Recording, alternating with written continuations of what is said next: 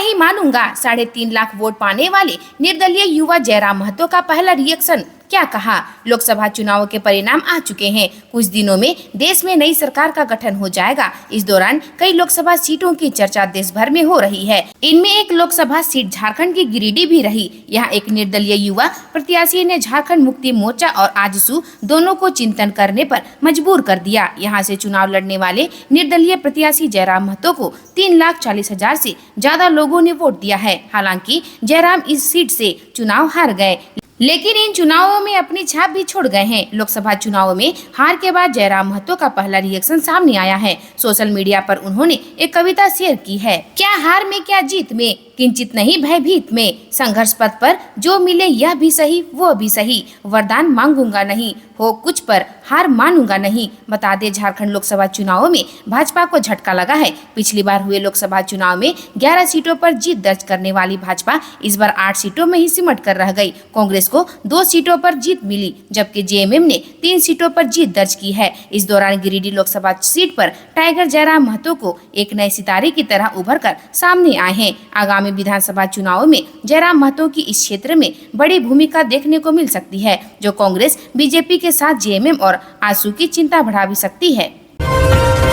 गोदाम में लगी आग, वर्मा माइंस के केबल गोदाम में लगी आग, अफरा तफरी मची। जमशेदपुर के वर्मा माइंस थाना अंतर्गत लाल बाबा फाउंड्री स्थित एक केबल दुकान में गुरुवार दोपहर अचानक आग लग गई। आग लगने से वहां काम कर रहे कर्मचारियों के बीच अफरा तफरी का माहौल बन गया। घटना की सूचना तुरंत गोदाम मालिक गौतम जायसवाल ने अग्निशमन विभाग को दी। सूचना पाकर झारखंड अग्निशमन विभाग की एक और टाटा स्टील की एक दमकल मौके पर पहुंची और आग पर काबू पाने के प्रयास में जुट गई। करीब आधे घंटे की मशक्कत के बाद आग पर काबू पा लिया गया। जानकारी देते हुए गौतम जायसवाल ने बताया कि केबल गोदाम में कर्मचारियों द्वारा केबल को छीला जा रहा था। उसी बीच आंधी आने से उससे निकली चिंगारी से रबर में आग लग गई। फिलहाल आग पर काबू पा लिया गया है। इसके पूर्व भी लाल बाबा फाउंड्री के एक रबर गोदाम में आग लगी थी, जिसमें लाखों का नुकसान हुआ था। उस इलाके में कई अवैध स्क्रैप टाल भी संचालित किए जाते हैं, जिस पर कोई कार्रवाई नहीं होती है।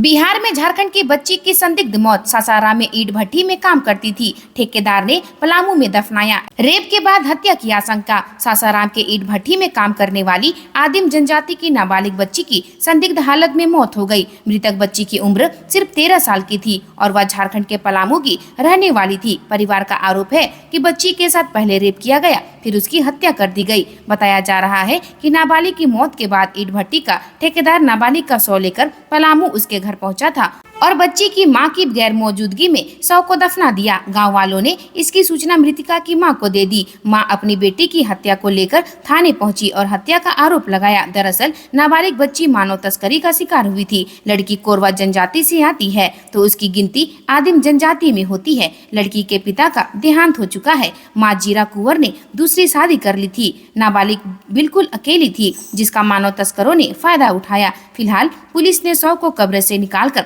पोस्टमार्टम के लिए भेज दिया है। रिपोर्ट आने के बाद ही पूरे मामले का खुलासा हो पाएगा। 2 चोर गिरफ्तार। एमजीएम अस्पताल पार्किंग से चोरी कर रहे थे मोटरसाइकिल। जमशेदपुर के सकाची स्थित एमजीएम अस्पताल पार्किंग से बीते दिनों कई बाइक चोरी की घटनाएं सामने आ रही है। इसको लेकर होमगार्ड के जवान भी लगातार गश्त लगा रहे थे। गुरुवार दोपहर होमगार्ड के जवानों ने 2 बाइक चोर को संदिग्ध अवस्था में धर दबोचा है। दोनों बाइक चोरी करने के फिराक में पार्किंग में घूम रहे थे। पकड़ाए चोरों का नाम दुर्गा महतो और प्रदीप महतो है। दोनों आदित्यपुर के सालडीह बस्ती के रहने वाले हैं। दोनों को पकड़कर सकाची पुलिस के हवाले कर दिया गया है, जहां पुलिस उनसे पूछताछ कर रही है। होमगार्ड के जवानों ने बताया कि बीते 1 हफ्ते से पार्किंग में बाइक चोरी की घटना बढ़ गई थी। जब बीते 4 जून को हुई चोरी का सीसीटीवी फुटेज निकाला गया तो उसमें चोरों की तस्वीर कैद हो गई थी। तब से ही दोनों की तलाश जारी थी। आज दोपहर दोनों पार्किंग में घूम रहे थे, तभी दोनों को पकड़ लिया गया। फिलहाल पुलिस मामले की जाँच कर रही है।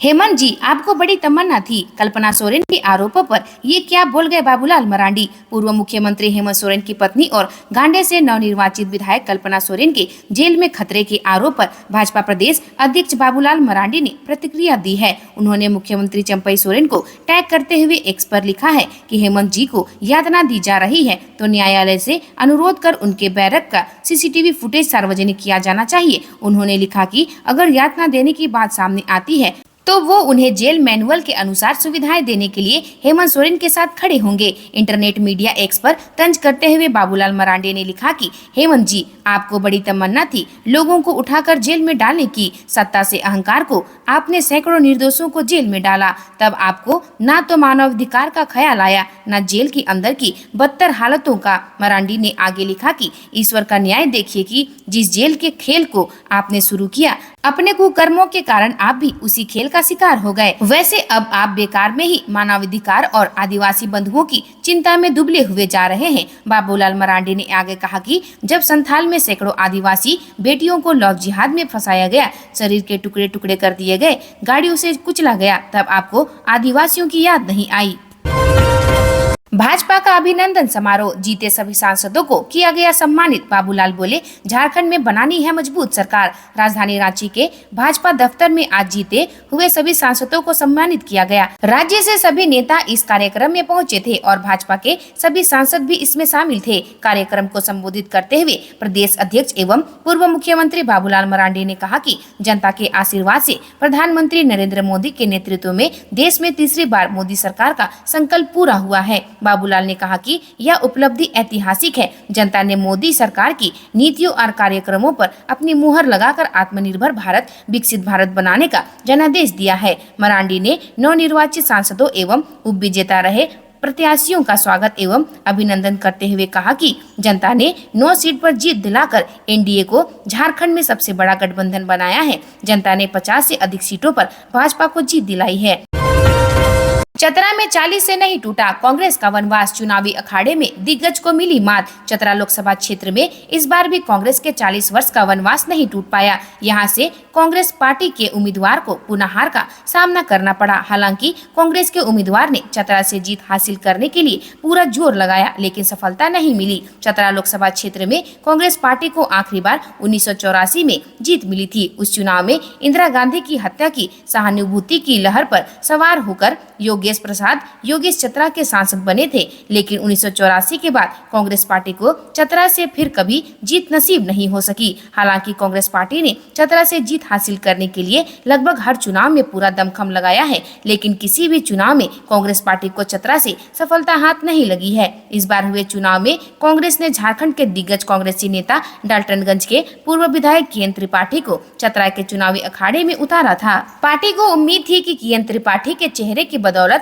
कांग्रेस इस बार चतरा का किला फतह कर लेगी। इसके लिए कांग्रेस प्रत्याशी केएन त्रिपाठी ने भी पूरा जोर लगाया, लेकिन 3 दशक से कांग्रेस के लिए बंजर बनी चतरा की राजनीतिक जमीन पर कांग्रेस जीत की फसल बोने में कामयाब नहीं हो सकी।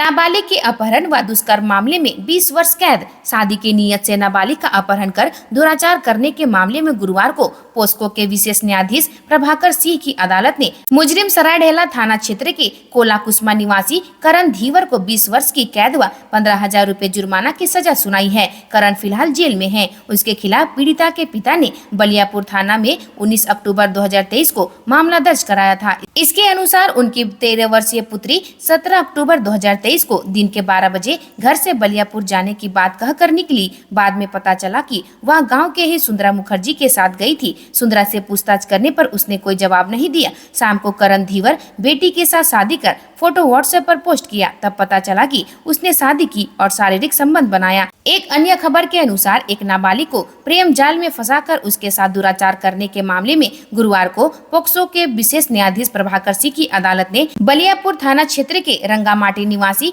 विशाल कुमार सिंह को दोषी करार दिया।